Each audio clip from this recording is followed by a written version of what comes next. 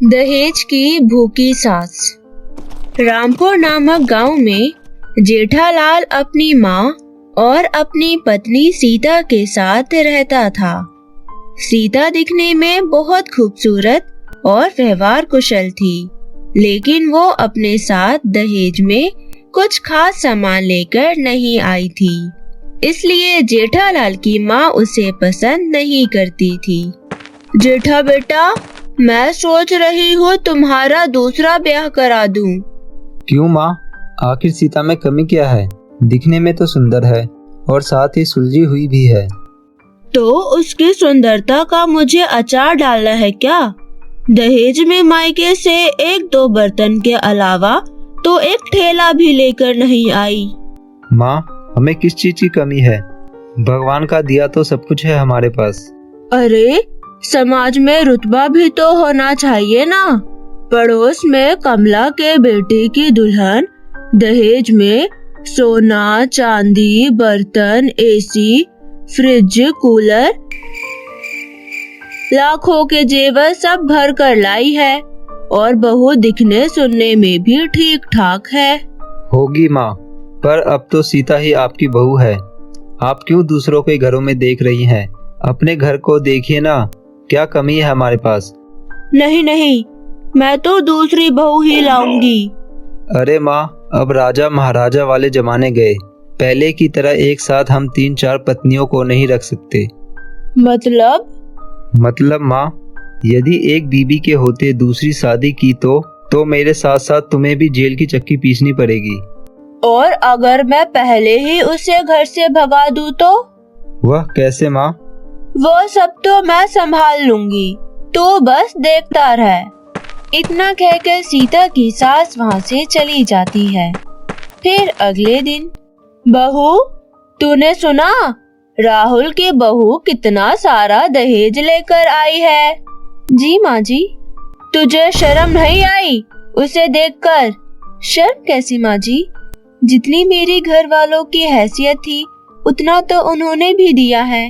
अरे, इससे ज्यादा तो भिखमंगे अपनी बेटी की शादी में दे देते हैं। सास की बातें सुनकर सीता रोने लगती है। ये रोना धोना अपने मायके में जाकर करियो। मैं तो अपने जेठा का दूसरा ब्याह कराऊंगी। उसके लिए तो मैंने एक लड़की भी देख रखी है, सुधा। खूब पैसे वाले लोग हैं। माँ जी, ऐसा ना कहिए। आप जो कहेंगी मैं वो करूंगी, बस आप ऐसा मत करिए। उसकी सास ने अपनी बहू की एक ना सुनी और वहाँ से चली गई। रात को जब सीता और जेठा सो रहे थे, सुनो जी। बोलो। माँ जी आपकी दूसरी ब्याह की तैयारी कर रही है। सीता, अभी रात बहुत हो चुकी है, तुम सो जाओ। कल मैं माँ से बात करता हूँ। ठीक है जी, पर मैं आपको छोड़कर कहीं नहीं जाने वाली, बता देती हूँ। हाँ ठीक है, अब तुम सो जाओ। सुबह होते ही जेठालाल अपनी माँ के पास जाता है। माँ, सीता बहुत अच्छी लड़की है और होशियार भी है। क्यों आप दूसरे ब्याह के चक्कर में पड़ी हैं? ऐसी कौन सी होशियारी तुझे दिख गई उसमें जो मुझे ना दिखी? खैर, मुझे ये सब नहीं पता। मैं तेरी दूसरी शादी करवा कर ही रहूंगी।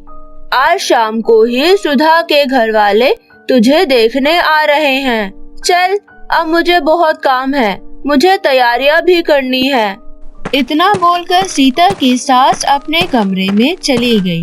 फिर थोड़ी देर बाद सीता की सास शाम की तैयारियां में घर की सफाइयों में लग गई। तभी अचानक उसकी सास का पैर फिसला और वो सीढ़ियों से नीचे गिर गई। अरे मर गई रे। अरे ओ सीता, कहाँ मर गई? हाँ माँ जी। अरे आप गिर कैसे गई? अरे, मैं घर की सफाई कर रही थी और अचानक मेरा पैर फिसला और मैं गिर गई। माँ जी, आप चिंता मत कीजिए, मैं अभी डॉक्टर को फोन करती हूँ। सीता जल्दी से डॉक्टर को फोन करती है। डॉक्टर घर पर सीता की सास का चेकअप करके कहता है, इनको पैर में मोच आई है। यह 1 महीने तक चल फिर नहीं सकती। इनको आराम की बहुत जरूरत है। इतना बोलकर डॉक्टर वहाँ से चला जाता है।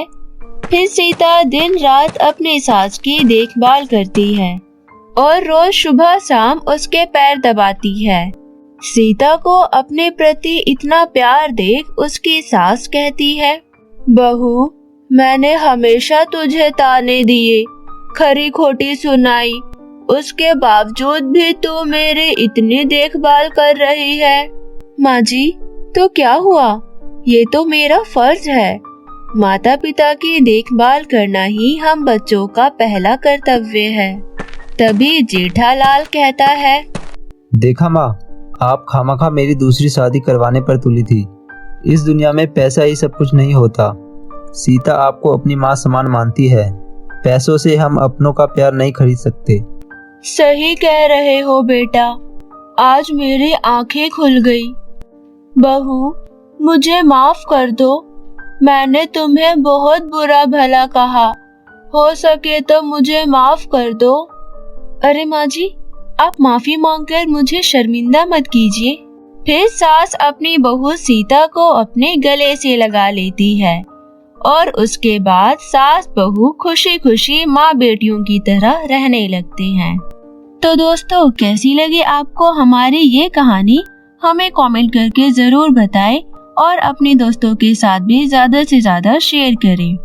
और यदि आप मेरे चैनल मिनी एंजल टीवी पर नए आए हैं तो हमारे चैनल को सब्सक्राइब करना बिल्कुल ना भूलें। तो जल्दी से लाल बटन दबाकर हमारे चैनल को अभी सब्सक्राइब कर ले।